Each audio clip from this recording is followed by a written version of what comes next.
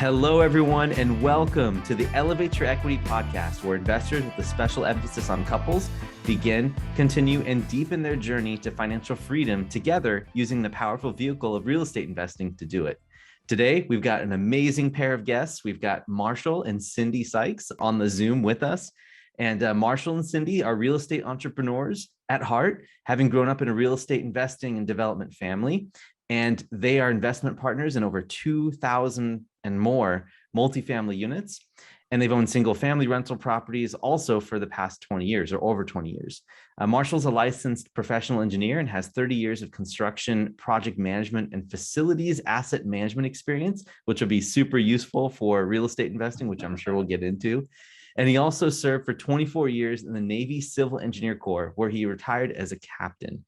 He also had a second career over at ExxonMobil, global projects company, and has worked and lived in 11 countries. So cool to have you guys on. Cindy, Marshall, thank you guys for being here. How are you today? We're doing good, Excellent. Thanks for having us. Yeah, we're doing great. Fantastic. Cool. Well, one place that we always like to start with our guests is how you guys got started in real estate investing. Like, where did this spark to get involved in the real estate sector? Where did that start? So when I was growing up, my dad had retired from the Army and he was ready to not work for anyone else, basically. So he learned the building trade, and him and my mom actually both were carpenters, and they would build two houses at a time, and they'd sell one to live off of, and they keep one as a rental. So they built up a portfolio of rentals that way. Us kids helped them out during the summer, working on and framing and just any other general construction that we could do. So kind of learned that a little bit there, saw the business side at night at home where they were trying to figure out the financial pieces and all that. But fast forward about 10, 15 years, and I was in the Navy, about 10 years into the Navy, we decided, hey, it's time for us to get some rental income, some rental property. So we'll have multiple sources of income when we retire. And that was kind of our goal there. So Cindy was also, we have moved around so many times. She's a chemist, but we moved around so much that it's hard to find another job every time, right? Yeah, I would change jobs every 18 months because Wow. That's, the Navy would move us like every 2 to 3 years, and then you get settled. And then by the time you get into a job, it's time to start looking for the next one. So what we did for one, the job that we decided was going to be my last, we just took my entire salary and socked it away. Just put it into the bank and just let it sit there, let it grow. So then when we moved the next time, then we decided that was our seed money. That's what we took. And we built our first rental property with that. Thank you, guys. Great story. So let me ask you, though, how did you guys, obviously you've swung a hammer before, right, Marshall? That's what I gathered from your experience. Definitely.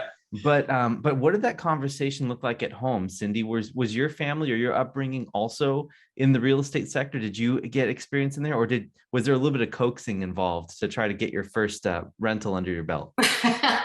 There was a little coaxing. There was, but my family, my dad was a wheat farmer, and he was an electrical contractor. So he had his own business.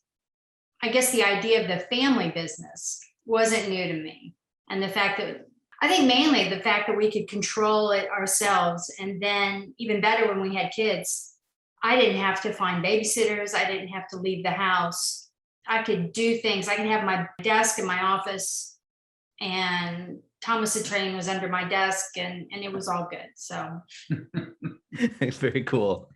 And Marshall and Cindy, what were those early days like when, you're trying to balance family, you're trying to balance these new ventures, and then trying to balance like the move every 18 months? Can you kind of walk us through how you guys kept it all together back then? Well, Cindy did most of keeping it all together. So I'm going to let her talk about that part. Well, yeah, it was, you'd like to say, yeah, it was a lot of planning. It was easy. And it's like, no, you do what you can. You do things that don't take a lot of time and a lot of thought. You do those while the kids are awake. And then there were a couple of, let's do the office work from 10 to midnight. We definitely had those in the beginning. But again, you're able to control your own schedule. So you know the deadlines you have. And it was totally worth it. Absolutely, I'd do that way again. What kind of sacrifices did you guys have to make in the beginning to get this engine started? Because obviously it's led you guys to a place where now you have over 2,000 multifamily units. And I think, unless I'm mistaken, you guys started with single families, correct? That's right. Yeah. And so what kind of sacrifices do you guys have to make in order to make that first one happen, or the first couple? Well, besides holding, not using her salary, we bought a car in like 1998. I kept it until 2013. I mean, so 15 years, we kept the car for 15 years. You just don't, if you want to build up your equity or your real estate portfolio, you sacrifice somewhere else. And that's kind of what we did. That's just an example of it. But so on the financial side, you do that. You also do it on the I guess on the time wise. You're not going to go run and do all the fun things all the time, because you're going to spend some time doing the real estate, which is fun to us. And we know we're looking for the long-term payoff. And that's kind of why we sacrifice that time for that. Can you guys walk us through a little bit about how you got your first rental in place? Did you guys have any mentors, or Marshall, were you just drawing off of your experience from swinging that hammer before with your family? How did that work? Like, walk us through what you needed to prep yourself to do that first one. Yeah. Even though I grew up in a real estate family and I was a construction engineer, it still was a little bit of a leap of faith to do this. I mean, it is. And so my brother and my sister and her husband had both gone into the building business as well, all in North Carolina where I grew up. And they offered to partner with us, and to they would build a house, or we'd build two houses at a time, whatever. We'd build a house and we either sold it and split the profit, or we kept it and I paid them a builder's fee. It was kind of more of that model for us. It wasn't like we went out and found a property. We built from ground up our properties. So we ended up with about 10 units that we ended up owning. And then we kind of slowed down a little bit after the financial crisis a little bit. Yeah, in 2008, you're referring to. 2008, yeah. Okay, that makes a lot of sense. Awesome. So when you guys got to those 10 properties, these were all single families, or were these multifamily? How did that work out? They were all single families. Yeah, they were all single families, all in the same location. So it wasn't any market diversity or anything, but it worked out well. The market wasn't impacted too much for the financial crisis, which was good. We kept all of our houses through that, and we built a couple more as well. Right, around that time, around 2009, maybe. Okay. So my next question is going to be it's an evolutionary question that a lot of people are always asking themselves as well, is when and how did you guys make the shift from single family to multifamily? Where did you guys make the realization, oh, you know what, maybe we should build 4 units in under one roof instead of, or did you go more into, education and talking about that? Let's explore that a little bit more. That's you. So interesting enough, when I was a teenager, my dad actually built 4 units at a time. Okay. And my mom still owns that property now, but so we were working in there. So I learned, hey, you can do multiple units at a time. When I came out of the military in 2012, multifamily was kind of being talked up a little bit, and I was kind of interested in going to it, but then Exxon called, so I ended up working for Exxon. But with Exxon, we were in Dubai in the Middle East. We were living in the Middle East until about 2018, I guess. We came back. And so 3 years ago, we came back, and when I got back, I started hearing about these syndications. I'm like, okay, what are these syndications? I have never heard of that. I didn't know you could you could be part of a multifamily business, right? Like that. So another friend of mine at work, we started talking about it. He had invested in a few. I learned a lot about it. I started passively investing in them and kept going to conferences and talking to people and all that. So it just seemed to click with me. It's just like, I want to do this, type thing. So that's how I would kind of started into it. Got it. Okay. Well, great. So did you guys go from single family houses then straight to multifamily syndication? There was no JVs, or there was no self-acquired multifamily properties? You went from single family directly to syndications? Yeah, we went single family direct to syndications. Exactly. Okay. Yeah. That's very, Nothing I'm very opposed good. to JV. I mean, I wouldn't mind doing a JV, honestly. Of course. No, I haven't. We went straight to syndications. Okay, so what I'm trying to do right now is I'm painting a picture in my head of where you guys are. You're in Dubai, you're working a corporate job, and you're also learning about the syndication stuff, right? That's happening. How were you guys able to balance all of that? Was this just what you guys were doing to fill in your free time? Or how was that happening? Yeah, it was more of a free time thing. It was more, I might look at multifamily and learn about it at night a little bit, but mostly on the weekends. Yeah. We just kind of started learning about it and talking about it. But we didn't really jump into it after we got back. We were here in Texas when we started really rolling with it. Yeah. Yeah, no, that makes perfect sense.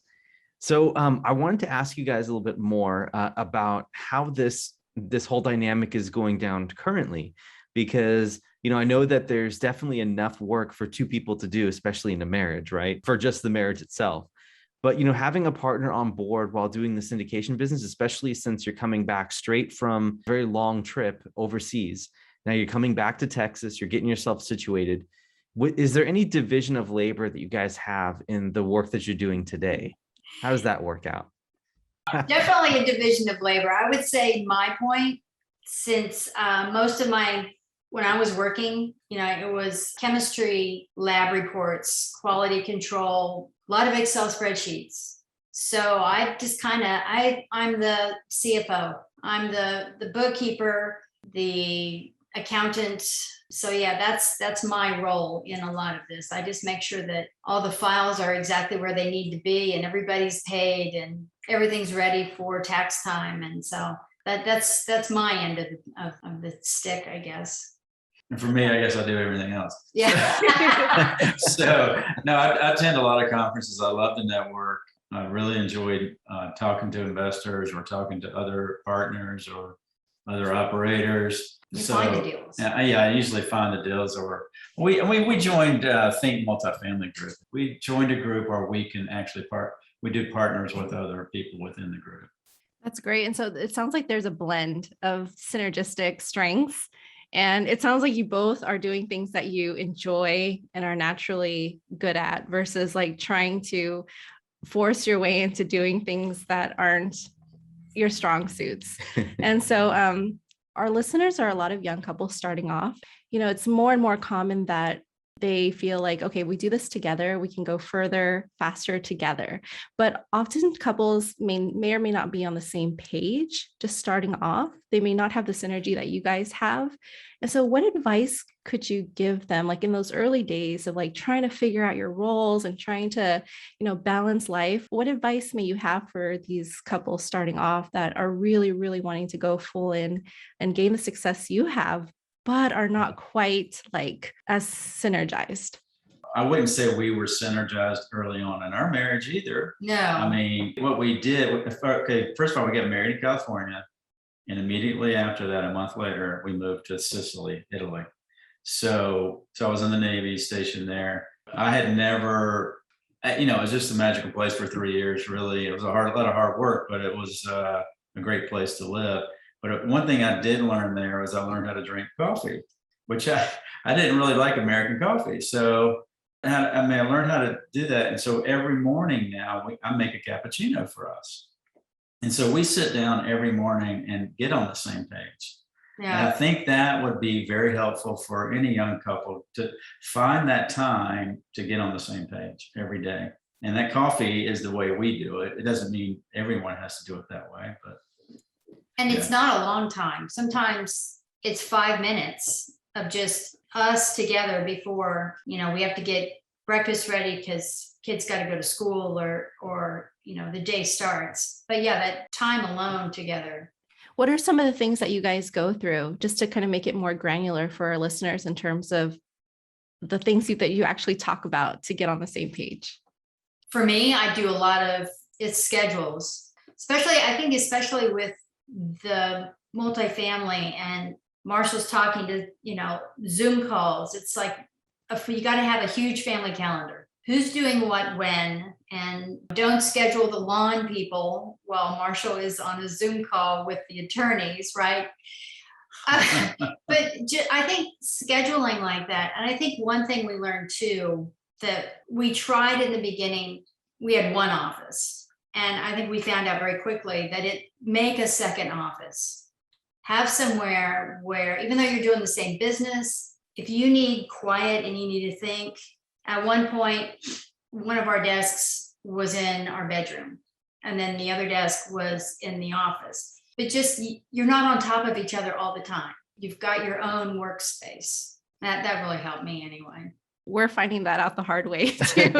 No, we knew that was going to be a thing. It's just, it's really funny how important real estate is in a real estate business. Isn't that funny?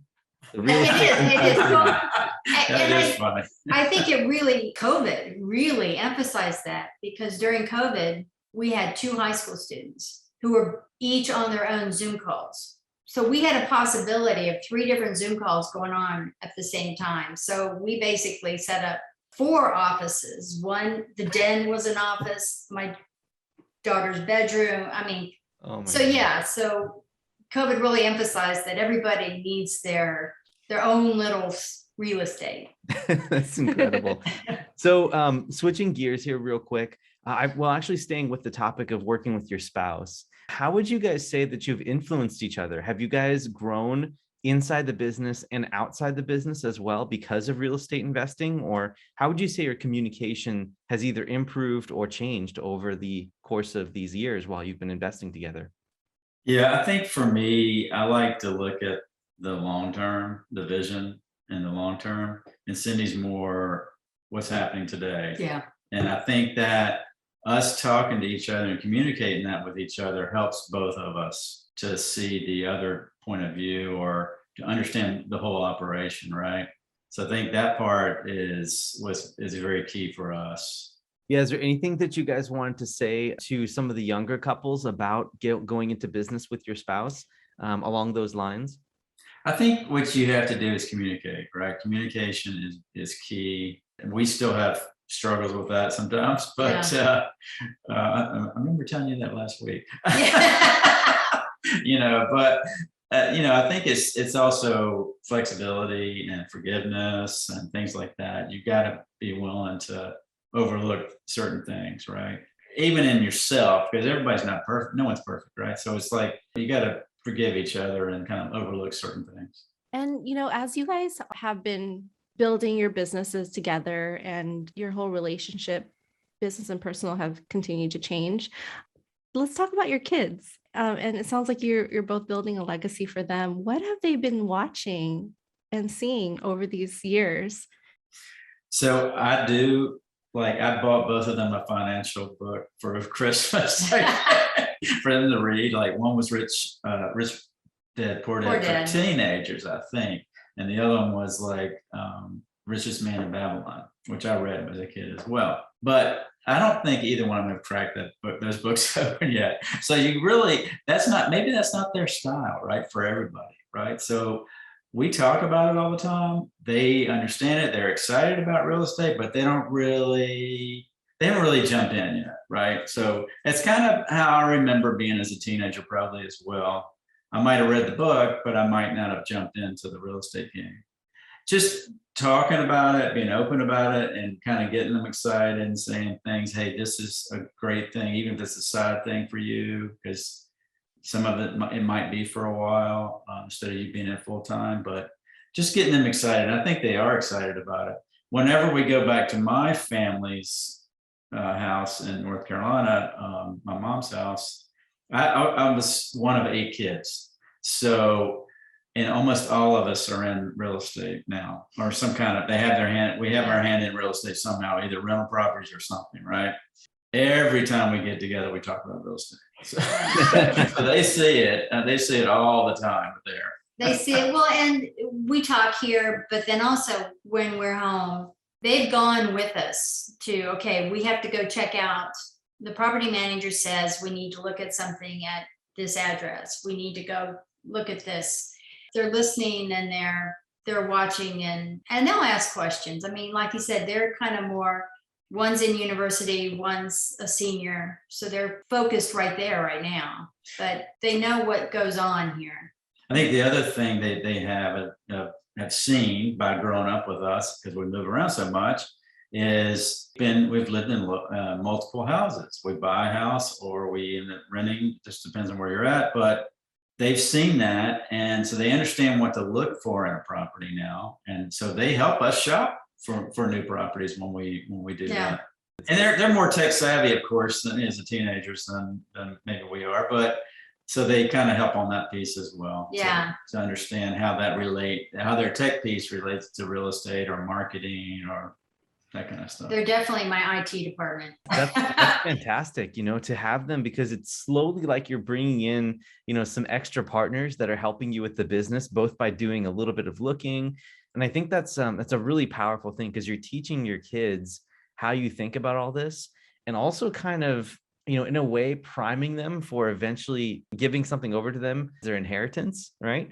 That'll be something that they can continue to run and probably end up becoming a professional real estate investor later on. Yeah, it sounds like you're teaching them skills, like laying the foundational framework for them to be able to really be an entrepreneur, set up any businesses and take it any direction they want. So yeah, like great skills that I wish I picked we up. knew. Yeah, honestly. And I think this is like something for me and for the audience to take away, because I'm learning a lot here from talking to you guys, is that the approach that it sounds like you're taking is not forcing it onto them, but you're also not like completely shutting them out either. You're just kind of saying, this is what we do. If you want to come by, take a look at what we're doing when we ask the property manager and the broker these questions as we're touring properties.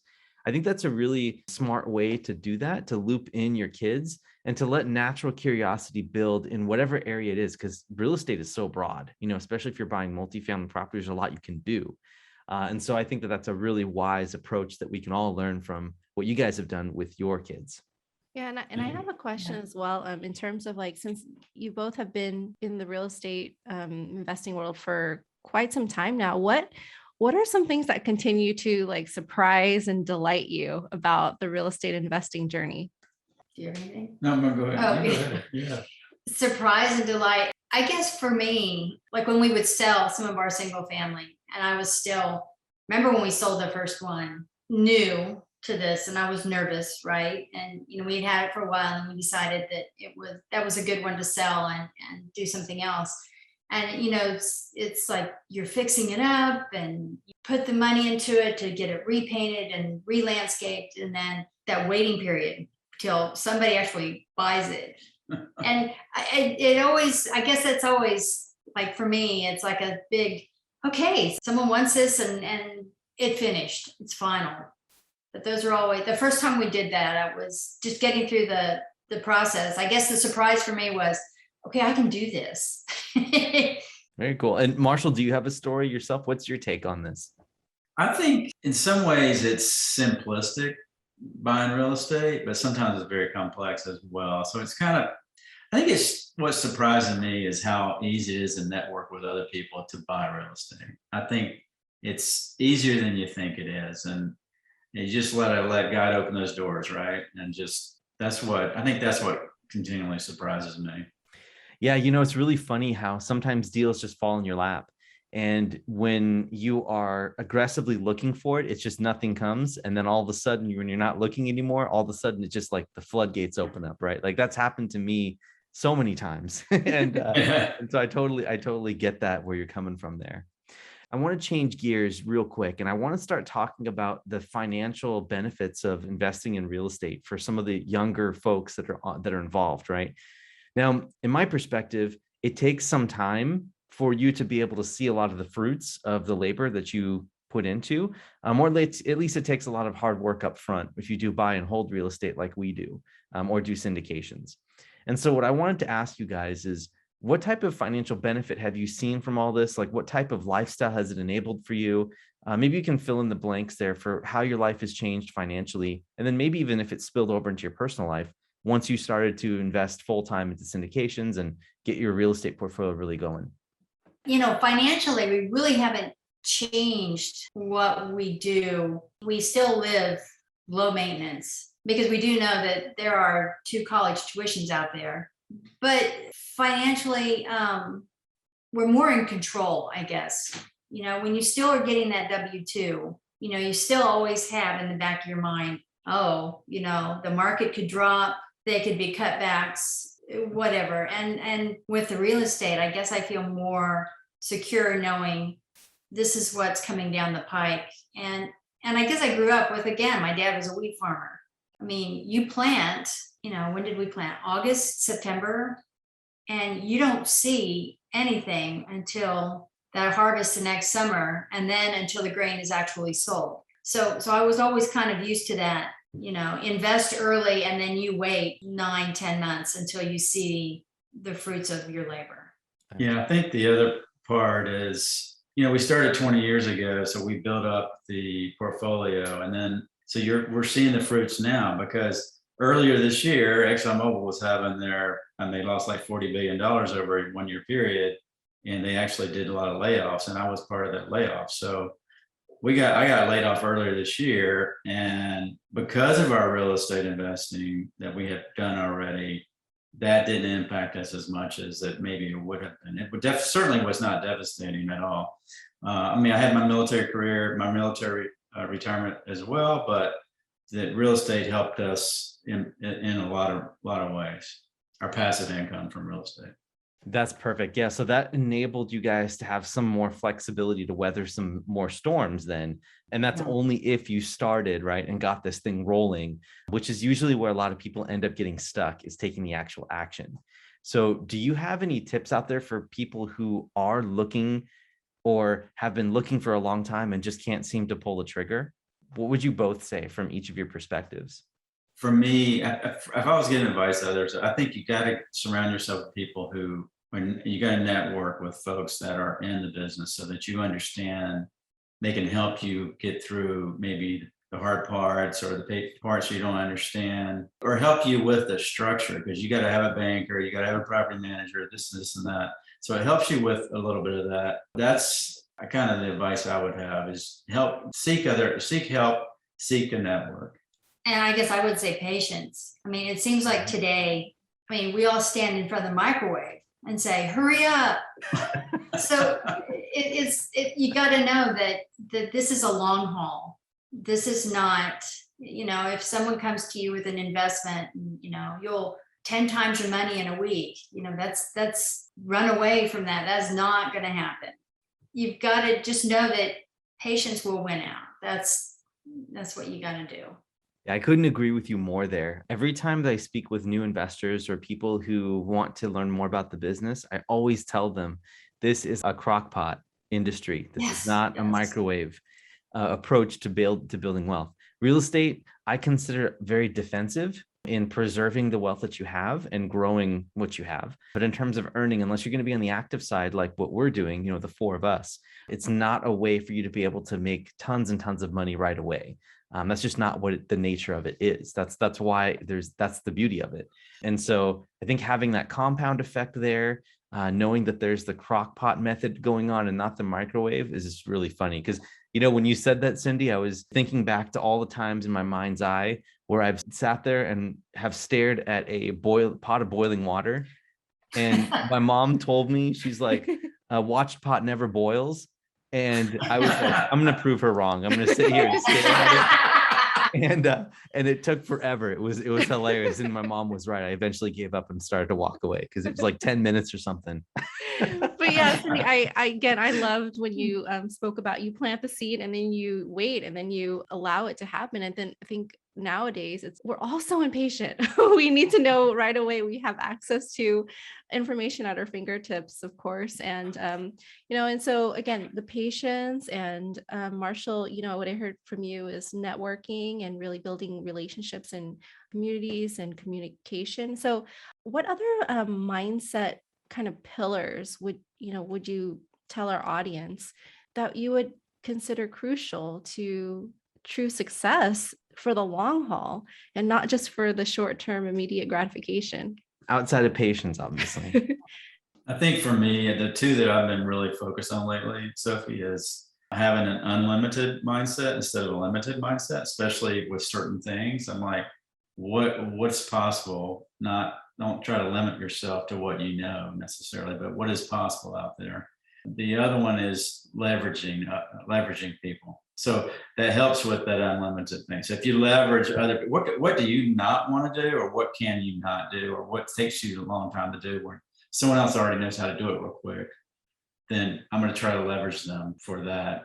And so I can kind of meet my business plan faster.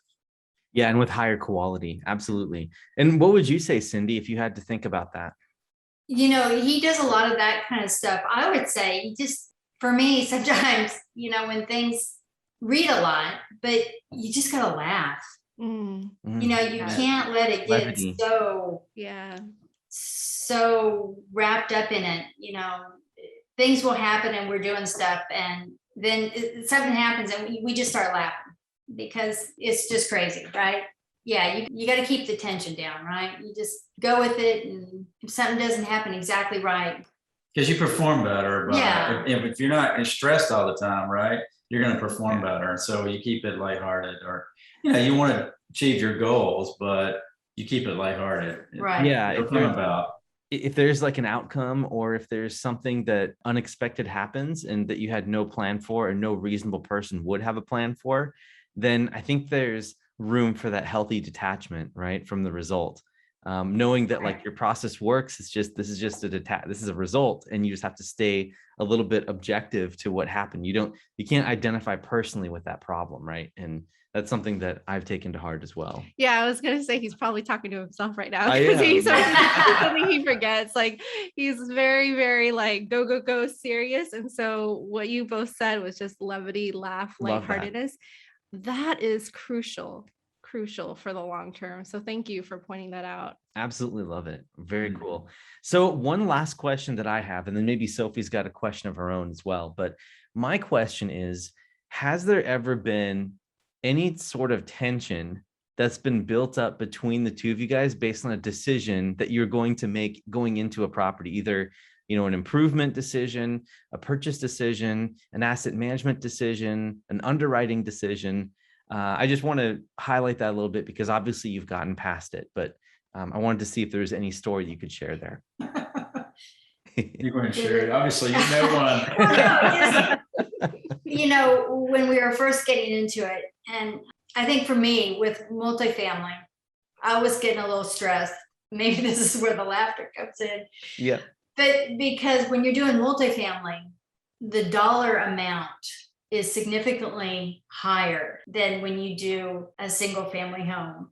And Marshall would come home and he'd go, "Oh, there's this great deal in this state." And then the next week it's like, "There's this great deal here and here." And I'm like, being the bookkeeper, I'm like going, okay, and where's all this money coming from? And, and it's like, it's there because we've been building over the 25 years. But yeah, for me, you add a couple of zeros when you go into multifamily. And so, but then again, the stress goes down when you just sit down, and the levity comes when, again, being from traveling all over, we have a big green egg in the back, and our kids love to make pizza on the big green egg.